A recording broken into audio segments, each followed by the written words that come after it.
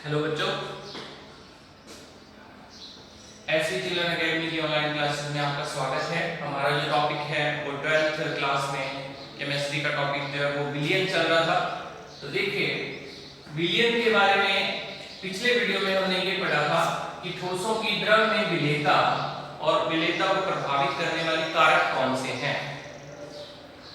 तो यहाँ हमने कल जो टॉपिक डिस्कस किया था वो था, पहला कारक हमने पढ़ा था कि विलेय तथा विलायक की प्रकृति किस प्रकार से प्रभावित करती है। तो मैंने आपको कल के वीडियो में ये बताया था कि अगर विलेय ध्रुवीय हो और विलायक भी ध्रुवीय हो तो आपस में घुल जाते हैं, समान समान को घुलता है। ये वाला सिद्धांत मैंने आपको पढ़ाया था। अगर नहीं समझ में आया तो उस वीडियो को आप दोबारा देख सकते हैं। अब हम आज नेक्स्ट टॉपिक की बात करते हैं कि दूसरा टॉपिक जो है वो, दूसरा कारक जो है वो कौन सा प्रभावित करता है। तो देखिए, दूसरा कारक जो है वो है ताप, टेम्परेचर प्रभावित करता है। ठीक है, कैसे प्रभावित करता है? देखिए, जैसे मान लेते हैं कि हमने एक पानी जो है वो पानी के अंदर, मान लेते हैं ये पानी है, जल है, और इस जल में हमने क्या किया, चीनी जो है वो घोल दिए, चीनी घोल दिए। तो आप सपोज करके, इमेजिन करके देखो कि जब चीनी हमने पानी के अंदर घोल दी और जब हम उसको गर्म करेंगे पानी को, तो चीनी घुलना स्टार्ट हो जाएगी, यानी कि चीनी की विलेयता जो है वो क्या हो जाएगी, बढ़ जाएगी। तो इसका मतलब ये हुआ कि विलेयता को कौन प्रभावित कर रहा है? ताप प्रभावित कर रहा है। ठीक है ना? तो मैं आज आपको ताप के बारे में और ये सारी बातें बताऊंगा कि ताप कैसे प्रभावित करता है।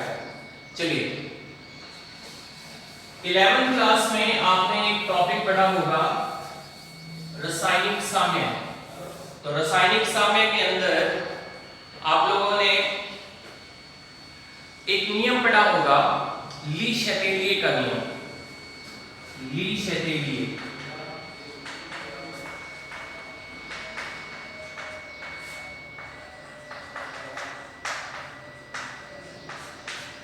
वास्तव में ली शतेलिए का नियम जो है ये हमें मदद करता है विलेयता को एक्सप्लेन करने में।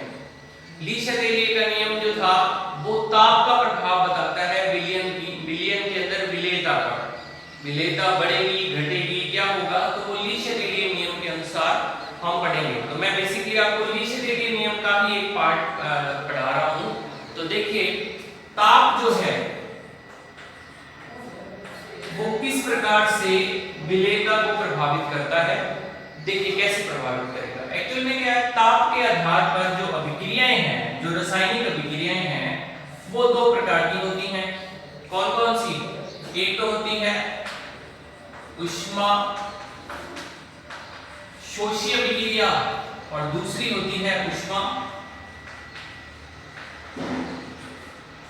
क्षेपीय अभिक्रिया। ठीक है, दो प्रकार की अभिक्रियाएं हैं। अब ऊष्मा शोषी अभिक्रिया जो है, इसमें क्या होता है, देखिए आप मेरे को बिल्कुल ध्यान से सुनते जाना, क्योंकि ये टॉपिक इंपॉर्टेंट है। इससे जो है वो काफी सारे कांसेप्ट क्लियर होंगे। तो ऊष्मा शोषी अभिक्रिया जो है उसमें क्या होता है, ताप क्या हो जाता है, ऊष्मा का शोषण होता है। तो जब ये अभिक्रिया हम करवाते हैं तो ऊष्मा शोषण होने की वजह से ऊष्मा ताप जो है वो क्या हो जाता है, कम हो जाता है,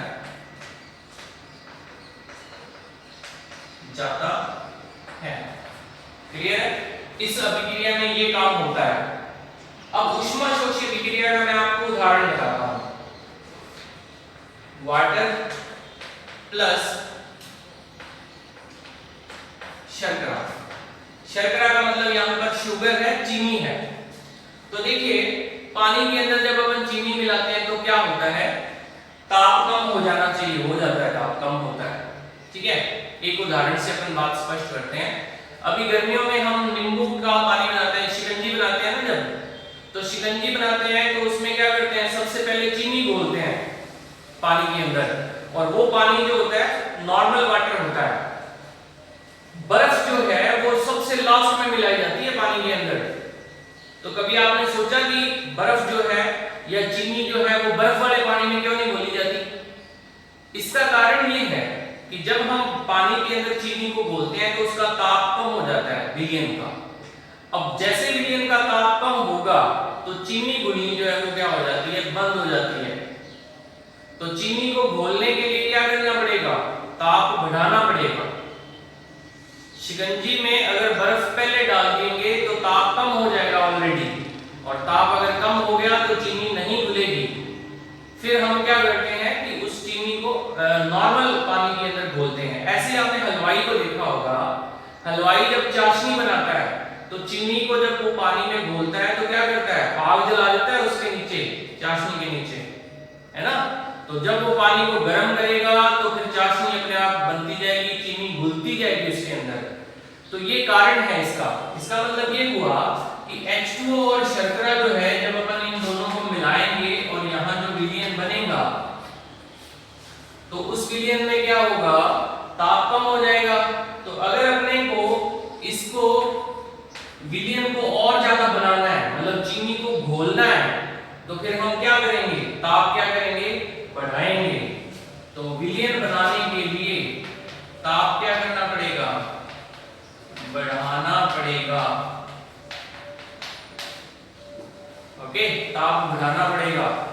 अच्छा, अगर मैं इसमें ताप कम कर दूं तो क्या होगा, फिर चीनी नहीं घुलेगी, है ना, चीनी नहीं घुलेगी। तो इसलिए ताप बढ़ाना पड़ेगा।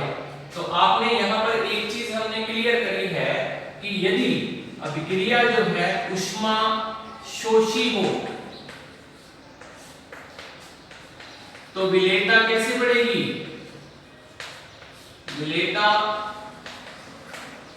बढ़ाने के लिए ताप क्या करना पड़ेगा, बढ़ाना पड़ेगा। ठीक है, तीर का निशान ऊपर की तरफ है, इसका मतलब ताप बढ़ाना पड़ेगा। क्लियर। अब इधर आ जाओ, ऊष्माक्षेपी अभिक्रियाओं की बात करते हैं। ऊष्माक्षेपी, तो ऊष्माक्षेपी अभिक्रियाएं वो होती हैं जिसमें ऊष्मा का उत्सर्जन होता है, यानी कि इनमें ताप जो है वो बढ़ जाता है। इनमें तो ताप, चीनी घोलने पे ताप कम हो रहा था, इसमें ताप बढ़ेगा।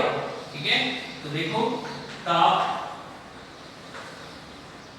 बढ़ जाता है। ठीक है, ताप बढ़ेगा।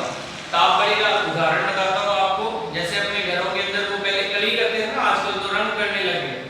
तो कली करते थे तो क्या होता था कि पानी के अंदर चूने को रात को जो है वो भिगो दिया जाता था, और जैसे ही चूने को उस पानी के अंदर डालते हैं तो उसमें से गरम गरम जो है वो गैसें निकलती हैं और वो जो बर्तन है वो गर्म हो जाता है। इसका मतलब वो ऊष्मा क्षेपी अभिक्रिया है। ऐसे ही अगर आपने प्रैक्टिकल लैब के अंदर देखें तो पानी के अंदर अगर H2SO4 या HCl डाल दें थोड़ी मात्रा में, तो जिस बीकर में वो मिक्स विलयन बनेगा वो गर्म हो जाएगा, यानी कि अभिक्रिया कौन सी है, वो ऊष्मा क्षेपी अभिक्रिया है। तो इस के अंदर क्या होता है, एग्जांपल देखो, H2O प्लस चूने की बात कर लेता हूं, कैल्शियम कार्बोनेट होता है, चूना, कैल्शियम कार्बोनेट। तो विलयन का ताप क्या हो जाता है, बढ़ता है। अब अगर इसका ताप हम बढ़ा दें, ठीक है, मतलब ऑलरेडी बढ़ा हुआ है ताप, और ताप और बढ़ा दें तो ये घुलना आपस में क्या हो जाएगा, बंद हो जाएगा।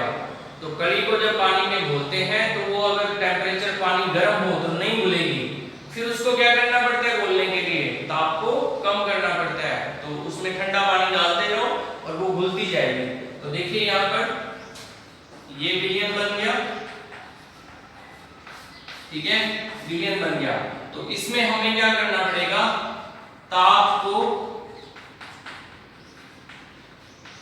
कम करना पड़ेगा, ताप को कम करना पड़ेगा। यानी कि हमने ये सीख लिया कि यदि ऊष्मा क्षेपी अभिक्रिया है तो विलेयता बढ़ाने के लिए ताप को क्या करना पड़ेगा, कम करना पड़ेगा। ठीक है, दो बातें सीखी हैं हमने आज। ताप का प्रभाव कैसे पड़ेगा, हम क्या देखेंगे, अभिक्रिया कौन सी है। ठीक है, जो फर्स्ट टॉपिक था उसमें तो अपन ये देख रहे थे कि ध्रुवीय है या अध्रुवीय है, ये देख रहे थे। इसमें हम देखेंगे कि अभिक्रिया कौन सी है। अगर ऊष्माशोषीय अभिक्रिया है तो हमें विलयन बनाने के लिए या विलेयता को बढ़ाने के लिए ताप बढ़ाना पड़ेगा, और अगर ऊष्माक्षेपीय अभिक्रिया है तो हमें विलेयता बढ़ाने के लिए ताप कम करना पड़ेगा। तो ये टॉपिक है, ये आपने इसको नोट कर लेना है, और अगर 11th की बुक है आपके पास तो उसमें से आपने इसको रीड करना है अच्छे से कि ये ताप का प्रभाव कैसे पड़ता है। तो आज हम ये थोड़ा टॉपिक इतना ही पढ़ेंगे, आपने इसके ऊपर थोड़ा सोच विचार करना है कि कैसे इसको हम याद रख सकते हैं। तो वीडियो के लास्ट में मैं आज से आपसे रोजाना एक क्वेश्चन पूछा करूंगा, और उसका आंसर जो है वो आप मुझे कमेंट बॉक्स में देंगे। तो यहाँ पर मैं आपसे क्वेश्चन ये पूछ रहा हूँ कि जो कोल्ड ड्रिंक्स होती हैं, कोल्ड ड्रिंक्स, उसमें कौन सी गैस घुली होती है? CO2 होती है। कोल्ड ड्रिंक के अंदर कौन सी गैस होती है? CO2। तो जैसे CO2 की विलेयता बढ़ाने के लिए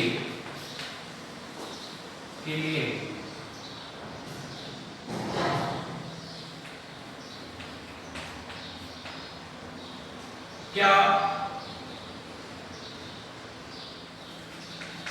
घटक उत्तरदायी है? मतलब हमने क्या करना है, CO2 की मात्रा उस कोल्ड ड्रिंक में बढ़ानी है, जो बुलबुले निकलते हैं वो CO2 पे निकलते हैं, तो उसमें अपने को क्या करना पड़ेगा? ठीक है, तो यहाँ पे मैं ऑप्शन लिख देता हूं, ताप बढ़ाना पड़ेगा, दाब बढ़ाना पड़ेगा, ठीक है, ताप बढ़ाना पड़ेगा, दाब बढ़ाना पड़ेगा, ताप व दाब दोनों बढ़ाने पड़ेंगे। ठीक है, तो आपने इसमें तीनों में से एक ऑप्शन बता देना है कि सर ये लगेगा उसके ऊपर, उससे क्या है कि CO2 की जो विलेयता है वो क्या हो जाएगी? बढ़ जाएगी। ठीक है, तो इसका आंसर मैं आपको नेक्स्ट वीडियो में दूंगा, और आप इसका आंसर जो है मुझे कमेंट बॉक्स में देंगे।